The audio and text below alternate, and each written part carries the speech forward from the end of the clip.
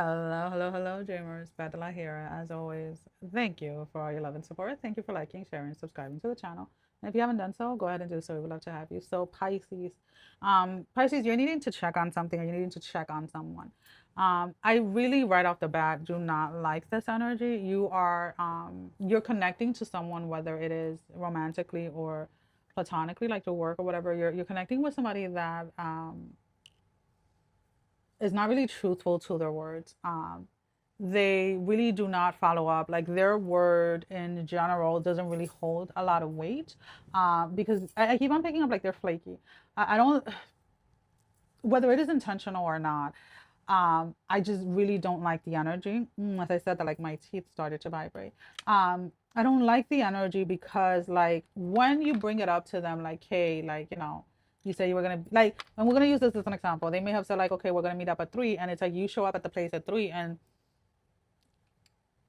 it's like 3:30, and you're like, what the fuck? And it's like you text them or you call them, and they're like, oh, sorry, I'm running late. I'll be there about like 4:30, and you're like, you couldn't text me and tell me you were running like an hour and a half. Like it's almost kind of like that. It's like, and then they get defensive. Like, well, I'm already on my way, and it's like that's not the point. Like I could have left my house like a lot later. So it's like there is a very inconsiderate energy with somebody that you're dealing with, and the thing here is, my love, you get like, if this is in your personal life, you get to choose if you continue to interact with this person.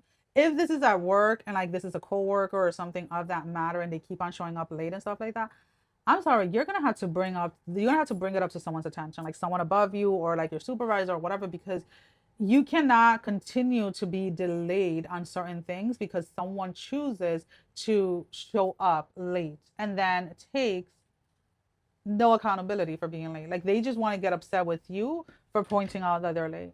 And that's pretty much where your week is at. Dealing with this person, the frustration that it causes you, dealing with this individual. And for some of you, like if this is romance, like I feel that uh, some of you are like, you see, this is why I don't date. This is why I don't get myself back out there. And it's like, you need to like not take, if you really want to date, if you really want to be in a relationship, like what you should not be doing is getting so quickly attached to someone after like a date or two. If like have a clear vision of what dating looks like to you so that you don't get easily disappointed. Because again, you're getting disappointed based on the illusions, the storylines that you are creating in your mind. So if you go openly to be like, okay, I'm going to start dating, I'm going to see what this person is all about, and how they show up is how I'm going to accept it, that is how they are. And then I get to choose whether or not I want to move forward with this. Some of you are, we tend to say like we attract who we are, right? Or we attract what is in alignment with us. And that, for the most part, is true. We do tend to attract things based on where we are in alignment with. But every so often, there are things that come back around to see if we are honestly done with them. So if you've dealt with people in the past that didn't respect your time, that didn't value your time, and you keep telling yourself like, I've healed from that, I'm done with that, I'm not allowing myself to repeat that, that doesn't necessarily mean that those types of people are never going to come or cross your path. They still are. The difference is going to be, what are you going to do when they cross your path? Are you going to give them that space, or are you going to walk away? And I feel that that is something that you're learning through this process of like dating or whatever it is, that there's still energies that carry certain patterns from the past that continue to resurface to see if you're really done or not. Are you done, Pisces? Are you done? Are you done? As your closing message, we have Lady of the Stars, the Priestess of Cyrus. Look how beautiful that card is.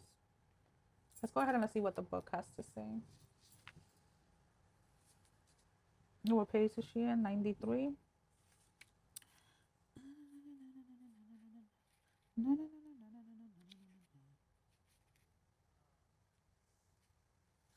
I'm getting there.